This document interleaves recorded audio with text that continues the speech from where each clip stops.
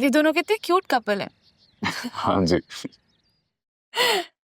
ऐसी मोहब्बत किस्मत वालों को मिलती है।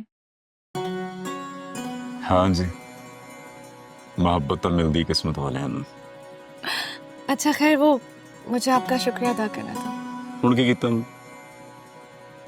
आपने जिस तरह से मेरा साथ दिया, इसकी उम्मीद नहीं थी मुझे।